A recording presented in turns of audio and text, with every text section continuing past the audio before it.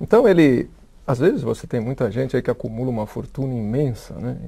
E é caso de você perguntar para essas pessoas, não é pecado nenhum, absolutamente, Claro. você conquistar suas riquezas, porque isso faz parte da nossa vida. E da né? evolução, da E dinâmica. da evolução, até, né? da própria O bom é que dinâmica você do possa universo. equilibrar a parte espiritual com a parte material, etc. Mas o que eu costumo perguntar para esse pessoal é dizer, pô, você almoça 2 vezes? Sim. Você janta 2 vezes? Então, Para quê? para quê, né? É verdade. Agora, fala sobre o que fala esse livro. Assim, Bom, basicamente. Basicamente eu trato dos corpos do ser humano, né, desde o mais denso até o mais sutil. Né? Trato a relação da questão tempo-espaço, subsidiando isso com a teoria da relatividade de Einstein, mas de uma forma bem didática, né, para que a pessoa possa entender que tempo e espaço funciona diferente em outros planos. Claro. Né? O nosso paradigma é um, né? Exatamente. Né? O próprio Stephen Hawking, né, que é o maior físico da atualidade, né, ele diz, o tempo real não existe. E é o maior cientista do momento. E o que existe é a eternidade. Se você for levar Exatamente. a ferro e fogo, é a eternidade. E cada um está inserido ali dentro de uma determinada experiência, né? Exatamente. Você fala também das raças? Fala um pouquinho, assim? Não, isso daí é no outro livro, não é? Ah, perfeito. Nesse daí depois eu falo um pouquinho do pensamento, o poder do pensamento, e como ele pode influenciar a nossa vida presente e a nossa vida pós-morte. Né? E fecho estes aspectos na roda de Sansara, que é a grande roda da vida, né? Que a roda das reencarnações. Você mostra a evolução. Evolução, exatamente. Justamente, porque você fala do homem perfeito no final. Exatamente. Ou seja, quando o discípulo alcança a ascensão. Exatamente. Tá, mas tem um outro livro, que eu achei até interessante o nome. Desvio de Rota. Olha, gente, tá todo mundo agora vai ficar com a pulga atrás da orelha. Que desvio de rota é esse, hein? O que aconteceu? Quem foi que desviou a rota? O que aconteceu? Conta pra gente, como será o homem do futuro? Olha que beleza. Esse livro nasceu depois de com base, obviamente, no que também escreveu muito, Blavatsky escreveu muito a esse respeito. Da teosofia, né? Exatamente. O nosso professor falou muito sobre isso, deixou muita coisa escrita. Henrique, já da eubiose. José de Souza, justo. Deixou muita coisa escrita sobre isso. Foi o fundador da eubiose. Foi o fundador da eubiose, em 1924. E você tem livros aí que são livros que são milenares, né? E que falam isso de uma forma alegórica, não é? Mas o fato central desse livro que nós tratamos é a questão da Lemúria, da Atlântida e a questão do homem e do macaco, que é uma história não muito bem resolvida pela o elo perdido. Ciência, o famoso elo perdido, não é? Que é perdido para alguns, né? Para quem não tem a visão espiritual. Exatamente. Para nós, sob o ponto de vista da filosofia nossa, o macaco é que descendeu do homem. A recíproca não é verdadeira. Né?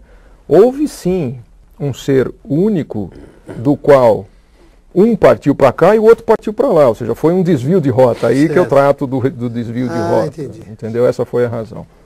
Então os cientistas até hoje acham que isto, uma gama dos cientistas, né? Não todos já acham que existia um elo comum de onde se ramificou o macaco e o homem. Né?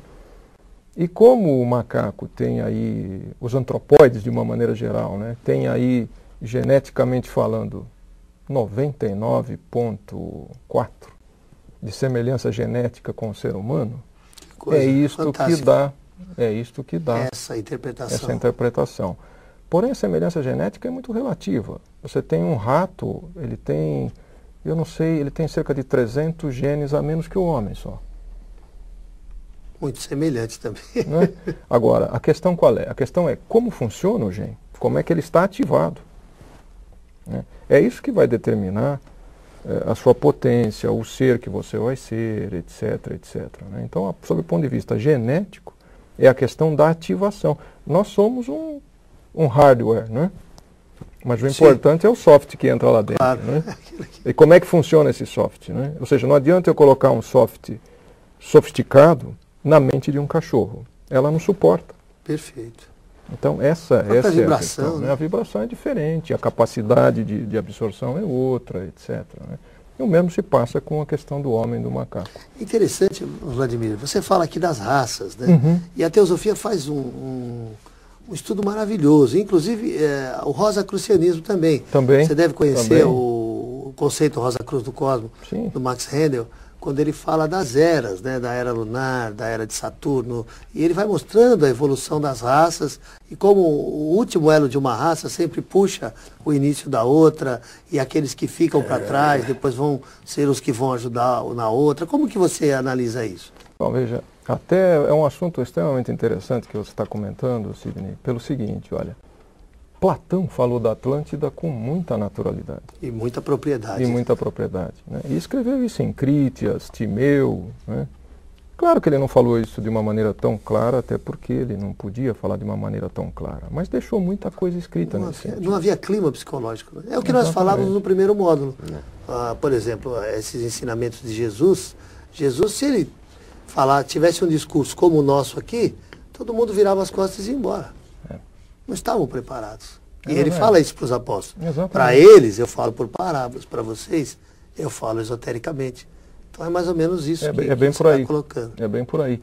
Você tem no século XIX Edgar Cayce, que faleceu em 1945, se a memória estiver boa, e foi um dos maiores vaticinadores, né, que o mundo teve. Hoje os americanos começam a reconhecer Edgar Cayce como um grande profeta do século XX. Certo. Né? E ele falou muito da Atlântida. Ele descreveu a Atlântida. E foi um homem que descreveu a Segunda Guerra, muito antes da Segunda Guerra, como ela ocorreria exatamente, quem seriam os líderes, quais os países que se defrontariam e tudo mais. Hoje tem a Fundação Cayce e trata-se da questão da Atlântida até com uma certa naturalidade. Coisa que no passado seria quase que um absurdo, não é? E existem muitos vestígios que foram deixados e uma raça acaba, é uma grande raça que a gente chama, não é? Como acabaram os lemurianos, deixaram como único vestígio a Ilha de Páscoa, com aquelas estátuas monumentais, aqueles blocos monolíticos de 70 toneladas. Né? Desafia a Desafia qualquer a compreensão, né? Desafia a compreensão, assim como as pirâmides, né, do Egito e tudo mais. Acabaram-se os lemurianos, os gigantes, né? Vieram os atlantes. Uma nova raça, mas os lemurianos não foram extintos de uma vez.